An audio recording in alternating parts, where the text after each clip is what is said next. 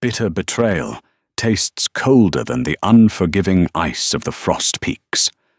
When the man the moon goddess destined for her publicly tore their bond apart, casting her to the savage winter wolves, he thought he wrote her epitaph. Instead, he inadvertently forged a queen. In the medieval annals of the Summer Valley Pack, the year of the blood moon was recorded with a heavy dark ink sun guard. Keep a towering fortress of sun-baked stone and golden banners was alive with the roaring hearths and the raucous laughter of a pack at the height of its prosperity. It was the night of the mating gala, a centuries-old tradition, where the unmarried wolves of the realm gathered under the full moon to find the other half of their soul. Lysandra Cross stood in the shadows of the great hall, cloaked in a simple homespun gown of faded indigo. She was an archivist and an apothecary's apprentice, a lowly position for a wolf whose parents had died defending the pack borders years ago. Worse, Lysandra was considered a runt. At 22, her inner wolf remained dormant, entirely silent. In a society that valued brute strength and primal dominance, she was a ghost, haunting the edges of her own pack. At the high table sat Alpha Cedric Montgomery. He was a vision of masculine perfection, broad-shouldered with golden hair and a jawline carved from marble. He had ascended to the alpha position only months prior following the sudden passing of his father. Cedric was ambitious, ruthless, and entirely captivated by the political advantages of his reign. Beside him, draped in emerald silk and dripping with rubies bought from the booming silver mines of her father, Lord Tristan Hale sat Lady Jocelyn Hale. It was the worst-kept secret in Sungard Keep that Cedric intended to name Jocelyn his Luna by the end of the night. It was a match of wealth power and military might. The great clock in the courtyard struck midnight. The massive stained-glass windows of the hall captured the moonlight, casting a silver glow over the dancing couples. And then it happened. The air in the great hall seemed to snap. A sudden intoxicating scent cut through the heavy aromas of roasted venison, spiced mead, and wood smoke. It smelled of rain-soaked pine, crisp ozone, and wild cinnamon. Lysandra gasped, her hand flying to her chest as an agonizingly beautiful pull seized her heart.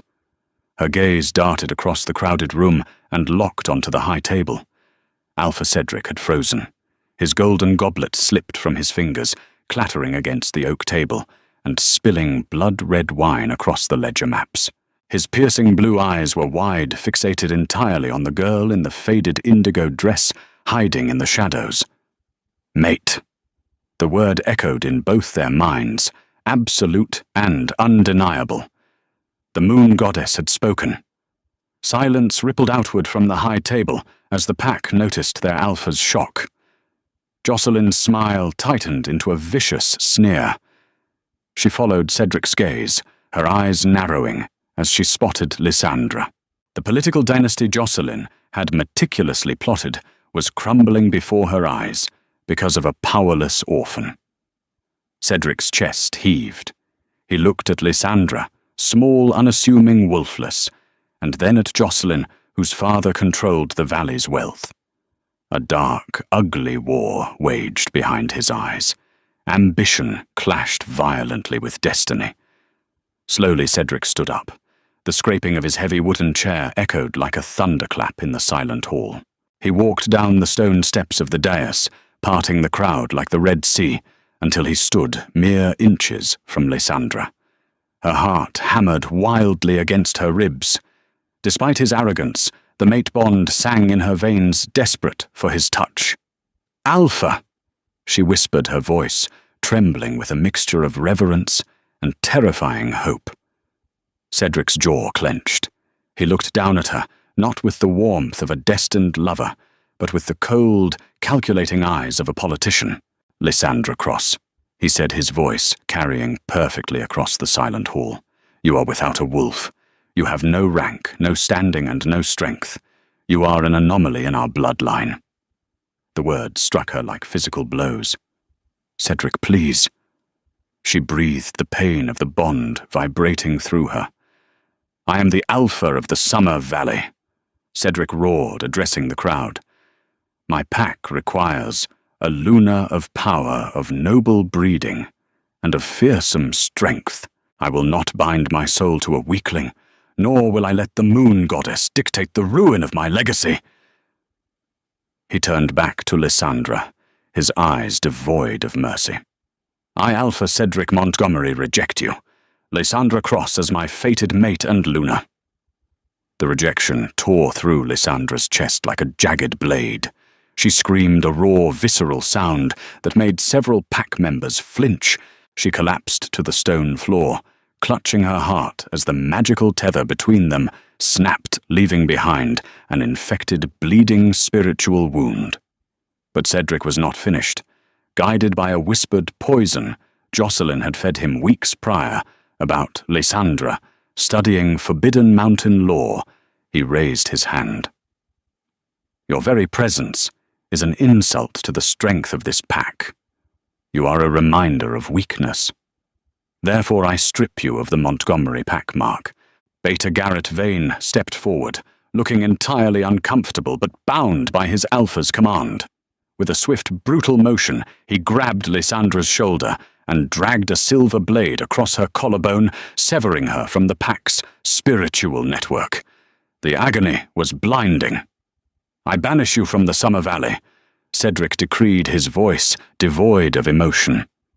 You are sentenced to the Frost Peak territories. May the winter wolves grant you the mercy I cannot. A collective gasp echoed through the hall. Banishment to the Frost Peaks was a known death sentence. The winter wolves were not mere shifters. They were giant, savage beasts of myth, ruled by a monarch so terrifying he was known simply as the Dread King. To send a wolfless girl into their domain was murder wrapped in the guise of exile. Stripped of her meager belongings, wearing nothing but her thin dress and a worn wool cloak, Lysandra was dragged to the northern gates. As the heavy iron portcullis slammed shut behind her, she looked back one last time. Cedric stood on the battlement's Jocelyn, clinging to his arm. He had chosen power over his soul. Tears froze on Lysandra's cheeks as she turned to face the howling darkness of the northern mountains. The Howling Pass was a jagged scar of ice and black rock that separated the warmth of the Summer Valley from the eternal winter of the Frost Peaks. For 3 days and 3 nights, Lysandra walked. Every step was an agonizing battle against the elements. The wind roared like a chorus of dying men, slicing through her thin wool cloak and biting deep into her flesh. Her lips were cracked and bleeding, her fingers blackening with frostbite. The rejection from Cedric still festered in her chest, a hollow, burning void that drained her remaining strength. Yet as she pushed deeper into the blizzards, something impossible began to happen. In the Summer Valley, the heat and the sun magic of the pack had kept her feeling heavy, lethargic, and entirely human. But here, amidst the lethal cold, a strange sensation stirred in her blood. It did not feel like dying. It felt like waking up. On the 4th twilight, a violent snowstorm descended. Lysandra's frozen legs finally gave out. She collapsed into a snowbank, the icy powder embracing her like a shroud. As her eyes fluttered shut and her heartbeat slowed to a crawl, a voice echoed in the darkness of her mind. It was not a human voice. It was ancient feminine and terrifyingly powerful. Rise, daughter of the frost. They kept us asleep, but the cold remembers our name. Suddenly, a searing, icy fire erupted in Lysandra's veins. The pain of the shift, her very first shift, was catastrophic. Her bones snapped and elongated, her muscles tore and reknitted themselves with dense, terrifying strength. A roar tore from her throat, but it was not human. It was the earth-shattering howl of a massive beast. When the transformation was complete, Lysandra stood not as a human, but as a dire wolf of staggering proportions. Her fur was the blinding white of freshly fallen snow, save for a crescent-shaped crest of shimmering silver fur upon her brow. She was massive, larger than any alpha she had ever seen in the Summer Valley. But the exhaustion of the shift combined with her days of starvation was too much. The great white wolf swayed her legs buckling, and she crashed into the snow unconscious. She awoke to the scent of blood, raw meat, and cold iron. Lysandra opened her eyes, finding herself back in her human form. She was no longer in the blizzard. She was lying on a massive bed draped in heavy dire-bear pelts in a room carved entirely from black obsidian stone. The hearth roared with blue flames, casting dancing shadows on the vaulted ceiling. "You should be dead." The voice was deep, resonant, and commanded immediate obedience. It rumbled through the floorboards and vibrated in Lysandra's chest. She sat up abruptly, clutching the pelts to her chest. Standing by the balcony, overlooking a sprawling fortress of black stone and ice, was a man. He was towering, built like a god of war, with hair the color of midnight and eyes like fractured glacial ice. He wore armor of dark steel and heavy black fur. Scars lined his jaw, speaking of 100 brutal conquests. This was King Kaelin Winterborn, the dread Alpha, the ruler of the Frost Peak territories. "My patrol found you in the Howling Pass," Kaelin said, turning slowly to face her. His glacial eyes tracked every micro-movement she made. Beta Fenrir Lock reported a massive white wolf collapsed in the snow. Yet when they brought you to Care Ice, you shifted back into a fragile, frost-bitten girl. Lysandra swallowed hard, her throat raw. I was banished. From the Summer Valley. Kaelin stepped closer. The sheer aura of his power was suffocating, a dominance so absolute it made Cedric's alpha presence feel like a child's tantrum. Yet strangely, Lysandra's newly awakened wolf did not cower. It stood at attention, intrigued. "I know," Kaelin murmured, stopping at the edge of the bed. He leaned forward, his nose flaring slightly as he took in her scent. "I smell the severed bond, a rejection. Recent." A dark, dangerous smirk played on his lips.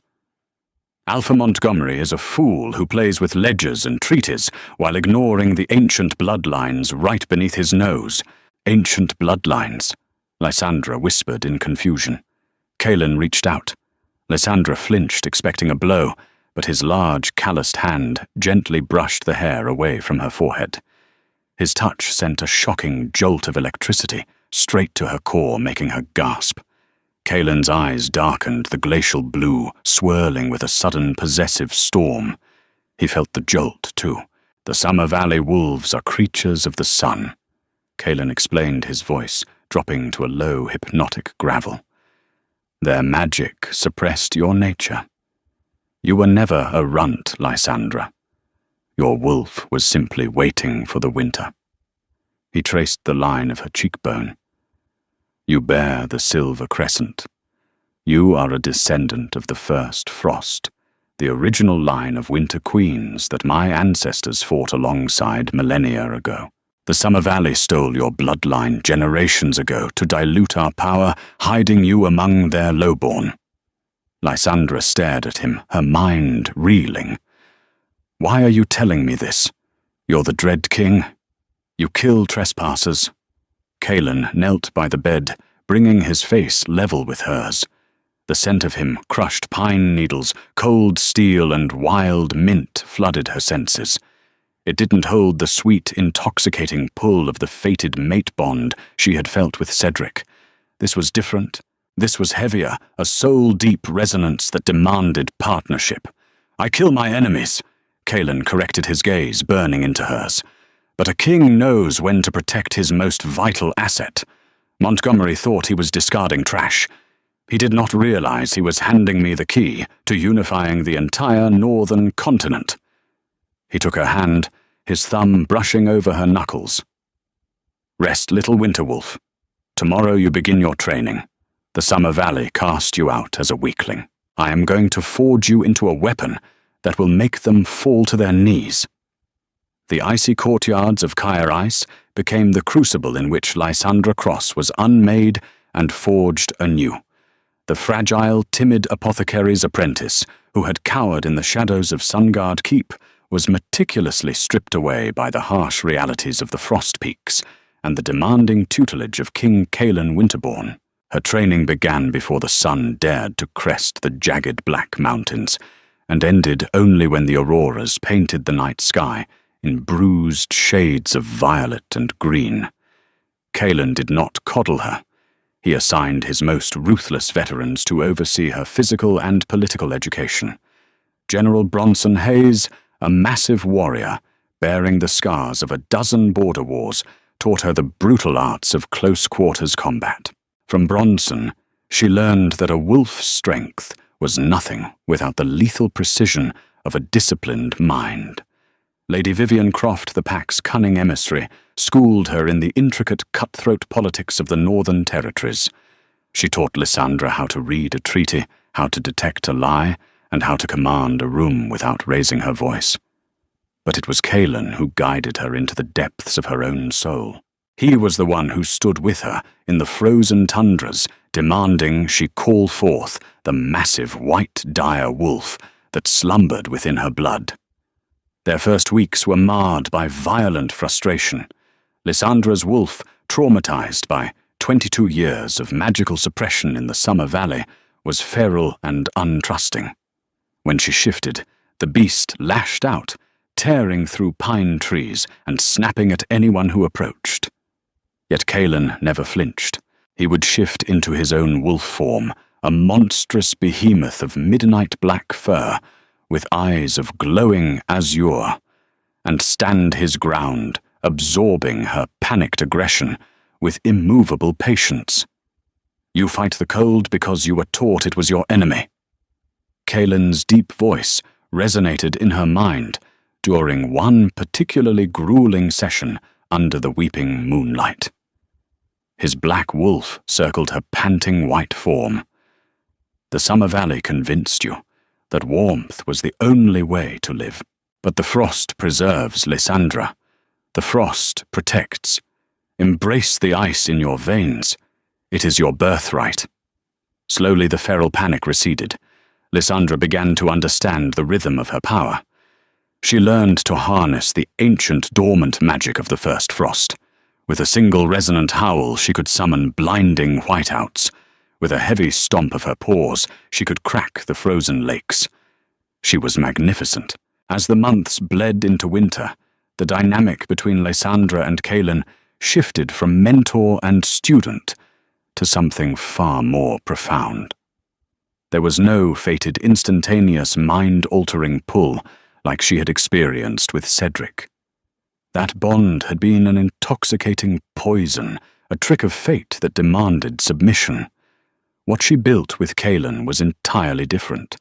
It was an alliance forged in sweat blood and mutual respect. It blossomed in the quiet moments. It was the way Caelan would linger in the archives, listening intently as she explained the medicinal properties of mountain roots. It was the heavy protective weight of his gaze across a crowded war council. It was the electric brush of his fingers against hers when they pored over tactical maps. They chose each other day by day, deliberately and passionately. The turning point came on the night of the winter solstice. The great hall of Kaya Ice was alive with the primal energy of the pack. Caelan sat upon his throne of carved obsidian, observing his people. Lysandra stood near the hearth, dressed not in the faded indigo of her past, but in an elegant gown of midnight blue silk draped in white fox pelts. A heavy silence fell over the room as a ragged, exhausted figure was dragged through the massive iron doors. It was a messenger from the south. He collapsed onto the stone floor, gasping for breath. Lysandra recognized him instantly. It was Tobias Reed, a young scout from the Summer Valley. "Speak!" Caelan commanded, his voice echoing with absolute authority. Tobias looked up, his eyes widening in sheer terror as they landed on Lysandra, looking radiant and powerful beside the Dread King. "Lady Lysandra," he gasped. They said you were dead. As you can see, the rumors of my demise were greatly exaggerated." Lysandra replied, her voice cool, steady and devoid of the fear that once crippled her. "Why have you crossed the howling pass, Tobias?" The scout swallowed hard, addressing both of them. "The summer valley is dying. The crops have withered to ash and the rivers are running thick with black mud.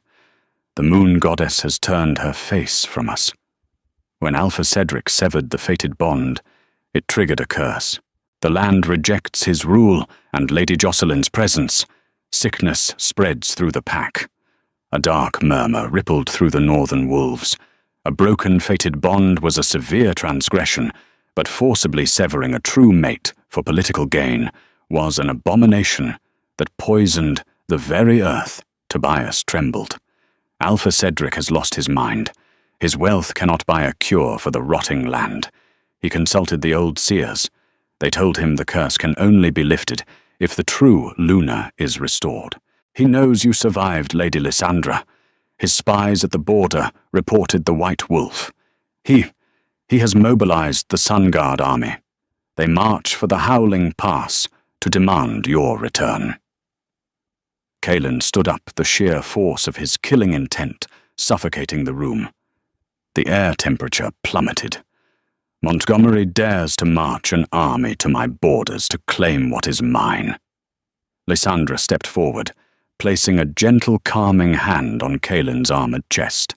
The icy tempest in the room instantly settled. She looked up into his blazing glacial eyes, a deadly serene smile curving her lips. "Let him come, Kaelin," Lysandra whispered, her voice laced with lethal promise. "Let him see exactly what he threw to the wolves." The Howling Pass was no longer a barren stretch of rock. It was a theater of war. The wind howled a vicious symphony as the two opposing forces met at the narrowest point of the gorge.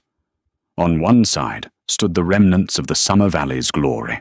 Alpha Cedric Montgomery sat atop a black warhorse, clad in gilded armor that now looked gaudy against the stark, brutal landscape. He looked terrible. His golden hair was stringy, his eyes sunken and rimmed with dark, exhausted circles. Beside him rode Lady Jocelyn Hale, huddled in layers of fur, her aristocratic features pinched in a permanent sneer of misery and resentment. Behind them, an army of 2,000 wolves shifted restlessly, their morale shattered by the sickness ravaging their homeland. Across the gorge, the Frost Peak army waited in eerie, disciplined silence. They were a wall of dark steel and towering dire wolves, unbothered by the biting cold. Cedric rode forward, raising his hand to call for a parley. "Kaelin Winterborn!" He shouted, his voice cracking slightly, lacking the booming resonance it once held. "I have not come to wage war upon the north. I have come to reclaim my property. Deliver Lysandra Cross to me, and we shall leave in peace." The northern ranks parted seamlessly. From the center of the formation emerged a massive midnight black dire wolf, its azure eyes glowing with predatory malice. Beside it walked a woman who made the breath stall in the lungs of every Summer Valley soldier present. Lysandra did not ride a horse. She walked with the predatory grace of an apex predator. She wore form-fitting armor of pale, shimmering steel, and a heavy cloak of snow-white fur cascaded from her shoulders. Her dark hair whipped in the icy wind, framing a face that was cold, beautiful, and utterly ruthless. Upon her brow rested a delicate, jagged crown of dark ice, the ancient coronet of the Winter Queens. Cedric stared at her, his jaw slack. He searched for the weak, mousy girl he had publicly humiliated, but found only a sovereign. "Property." Lysandra's voice carried across the gorge, magnified by the acoustic magic of the mountains. It was calm, yet it sliced through the howling wind like a razor. "The Summer Valley cast out an orphan in rags. You will find no such person here, Cedric." Cedric's chest heaved. The residual ghost of their severed bond tugged painfully at his chest, a desperate, agonizing phantom ache. "Lysandra," he pleaded, dropping the arrogant facade. "The pack is dying. The goddess is punishing us for my mistake. You are my fated mate. The bond was never completely destroyed. It still bleeds. I can fix this. Come back with me. You will be my Luna. Jocelyn will step down." Jocelyn whipped her head toward Cedric, her face flushing with humiliated rage. "Cedric, you promised me," she shrieked. Cedric ignored her, keeping his desperate eyes on Lysandra. "I was a fool. I was blinded by politics. I beg you, Lysandra, save our people." Lysandra stopped a few yards away from him. The giant black wolf beside her Kaelin let out a low, earth-shaking growl, but Lysandra raised a single finger, and the beast silenced instantly. The display of absolute control over the Dread King sent a shockwave of terror through the southern ranks. "Save your people," Lysandra repeated, tilting her head. "I owe your people nothing. When I was bleeding on the floor of the Great Hall, not one of them stood for me. When Beta Garrett dragged a blade across my collarbone, they watched in silence. You did not banish me, Cedric. You sent me to be slaughtered." She took another step forward. The air crackled with raw, wintry magic. Snow began to swirl around her boots. "You did not come here because you love me, Cedric. You came here because your lands are rotting and you are losing your power. You want a magical cure, and you think you can simply command me to be it." "We are tied by fate," Cedric roared, panic seeping into his voice. "You cannot deny the moon goddess. I am the descendant of the first frost," Lysandra declared, her voice rising, shaking the snow from the peaks above. "My destiny was never to sit in your sun-baked halls and balance Jocelyn's ledgers." The goddess did not make a mistake. She tied me to you so that your rejection would send me exactly where I belonged. Cedric reached out desperately, trying to project his alpha command, trying to force the remnants of the mate bond to pull her forward. "I am your alpha, I command you. You are nothing to me." Lysandra slammed her palm against her chest, right over her heart. A blinding flash of silver light erupted from her body, illuminating the dark pass. She tapped into the deepest reserves of her winter magic and forcefully grabbed the festering, bleeding tether of their broken, fated bond. With a brutal, agonizing yank of her spiritual will, Lysandra utterly obliterated it. The psychic snap was deafening. Cedric screamed in agony, tumbling backward off his horse and crashing heavily onto the frozen earth. He clutched his chest, coughing violently, as the last vestiges of his fated connection were burned away by frostfire. The shockwave hit the Summer Valley army. Without the fated bond anchoring his legitimacy, and with the goddess already rejecting his rule, Cedric's alpha aura shattered completely. The golden glow that usually surrounded him died out. He lay in the snow, weeping, reduced to nothing more than a broken man. Jocelyn stared in horror at the pathetic display. Realizing all was lost, she spurred her horse, turning coward and fleeing back down the pass, abandoning her false alpha to the snow. Lysandra stood tall, her breath visible in the frigid air. The massive black wolf beside her shifted seamlessly, and Kaelin stood before her. He did not look at the pathetic, weeping Cedric. He looked only at Lysandra, his glacial eyes filled with a terrifying, absolute devotion. Kaelin drew his massive broadsword and drove the tip into the frozen earth. He dropped to one knee before her, bowing his head. "To the Winter Queen!" Kaelin's voice thundered, echoing off the ancient mountains, the true sovereign of the Frost Peaks. General Bronson, Lady Vivian, and the entire army of the North slammed their spears against their shields, dropping to one knee in perfect unison. "All hail the Queen!" they roared. Lysandra looked out over the gorge. Slowly, miraculously, the soldiers of the Summer Valley dropped their weapons. Exhausted, sick, and witnessing true, uncorrupted power, they fell to their knees in the snow, bowing to the woman they had once discarded. She had been banished as a runt sent to die in the eternal winter. But the cold didn't kill her. It crowned her. The ultimate revenge isn't destruction. It's rising to an untouchable height and letting karma handle the rest. Lysandra's journey from a discarded outcast to the undisputed Winter Queen proves that the fiercest storms don't break us. They awaken the power we never knew we had. If you loved this epic tale of betrayal, power, and destiny, smash that like button, share with your pack, and subscribe for more thrilling stories.